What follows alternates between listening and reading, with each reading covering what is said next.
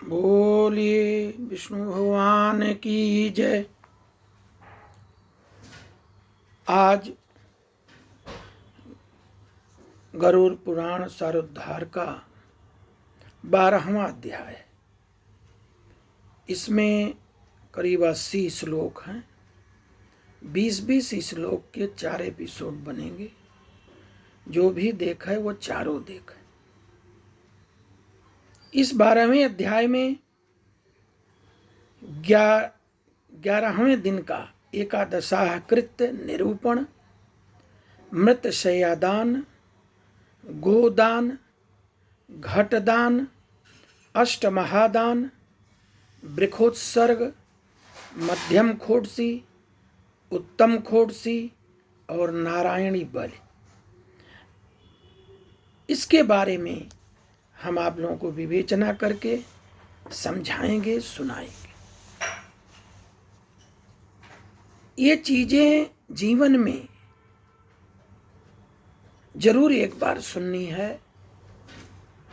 इस चीज को अगर 24 वर्ष की अवस्था से और 45 वर्ष की अवस्था तक, इस 21 वर्ष में अगर 3-3 वर्ष पर भी इसका स्मरण हो, गरुड़ पुराण अपने घर किया जाए, तो जो हमारे संस्कार हैं, जो बच्चे तैयार होंगे, वो बहुत ही संस्कारी और बहुत ही मतलब सुंदर व्यवहार वाले, जो कि इस हमारे वेदों में जो सत्यता दिखाई गई है, भय दिखाया गया है कि ऐसा होगा, उससे वो डरेंगे।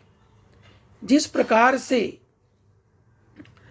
आदमी न्यायालय के मृत्युदंड से मर्डर नहीं करता या उससे डरता है, भय खाता है, छोटी सी चीज 100 रुपये के चालान से आदमी रेड लाइट नहीं पार करता, उसी प्रकार से गरुड़ पुराण अगर प्रत्येक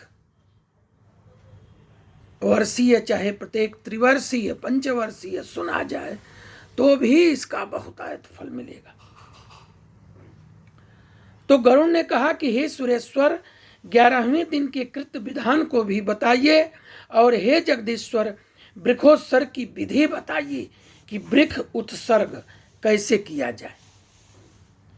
आचार्य उन्होंने कहा कि 11वें दिन प्रातःकाल जलाशय पर जाकर प्रयत्न पूर्वक सभी और ददाह क्रिया करनी चाहिए। वेद और शास्त्रों का अभ्यास करने वाले ब्राह्मणों को निमंत्रित करें और हाथ जोड़कर नमस्कार करके उन्हें प्रेत की मुक्ति के लिए प्रार्थना करें।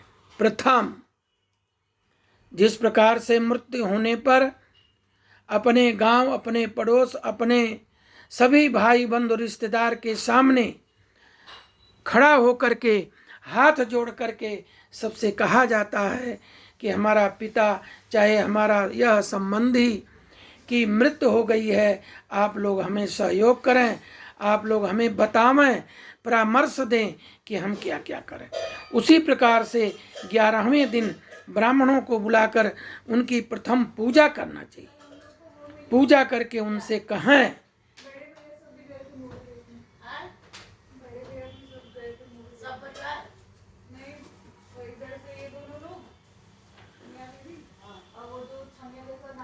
तो इस प्रकार से अगर ब्राह्मण को बुला करके उन्हें विधि व्यवस्था से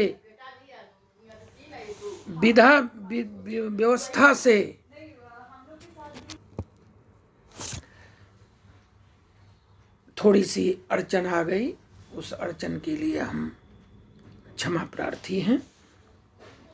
तो ब्राह्मणों को बुला करके प्रथम उनकी पूजन करके और इसके बाद उनसे प्रार्थना करें कि हमारे प्रेत मुक्त के लिए हमें आप जो जो कहें वो हम करें। तो आचार्य भी स्नान संध्या करके पवित्र हो जाएं और 11वें दिन के उचित कृत्यों का विधिवत विधान प्रारंभ करें। 10 दिन तक मृतक के नाम से गोत्रोच्चारण कर मंत्रोच्चार के बिना करना चाहिए। लेकिन 11वें दिन प्रेत का पिंडदान समंत्रक मतलब मंत्रों सहित करना चाहिए।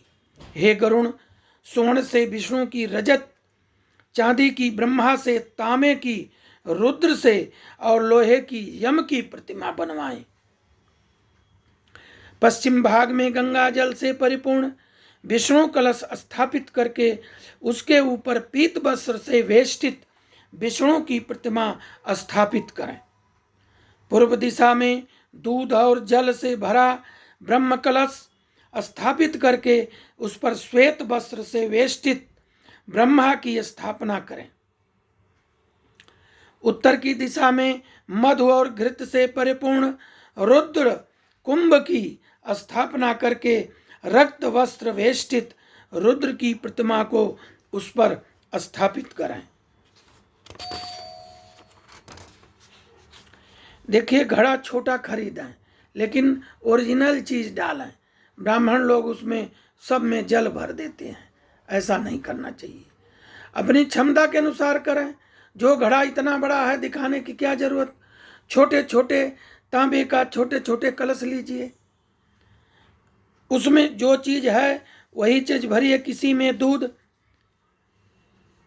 किसी में मधु या घृत, किसी में जो है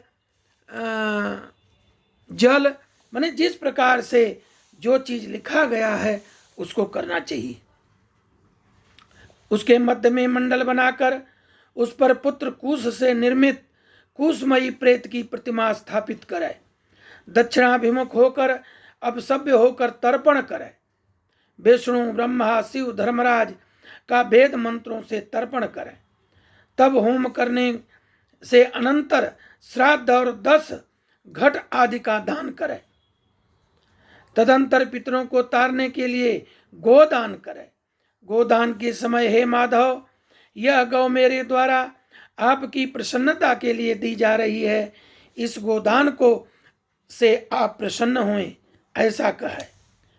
प्रेत के द्वारा उपभोक्त आभूषण, वस्त्र, वाहन तथा घृतपूर्ण कांस्य पात्र, सप्त धान्य और प्रेत को प्रिय लगने वाली वस्तुओं को तिलादि अष्टम महादान में अंतकाल में न किया जा सके हों, उसे सैया के पास रखकर सैया के साथ इसका भी दान करें।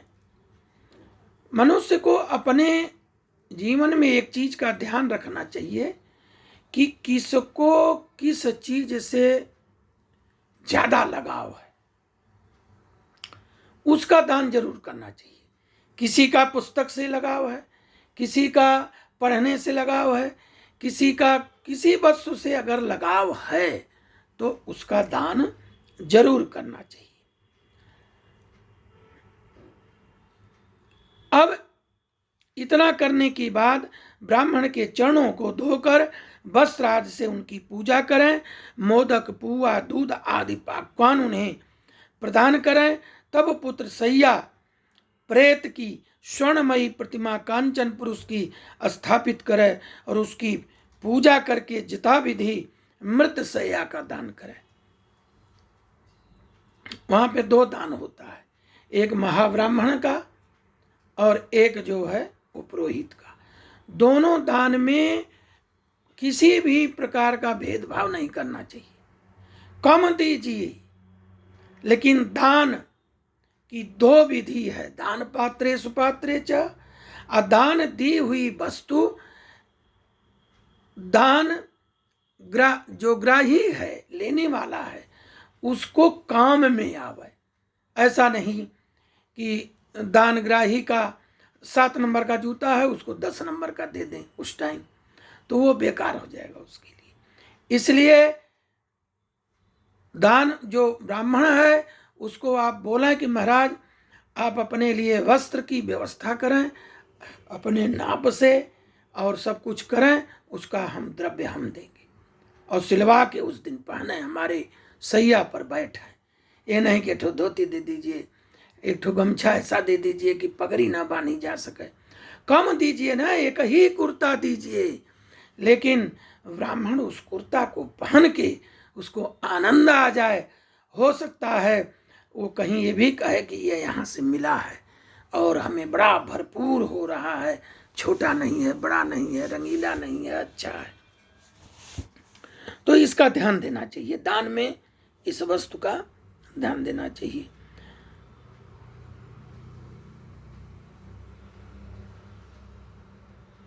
अब इसके बाद महाब्राह्मण को दान देने के बाद, हे विप्र, प्रेत की प्रतिमा से युक्त सभी प्रकार के उपकरणों से समन्वित यह प्रेत से या मृत से या आपको निवेदित की है, इस प्रकार पढ़कर कुटुंबी ब्राह्मण आचार्य को वह सैया प्रदान करें।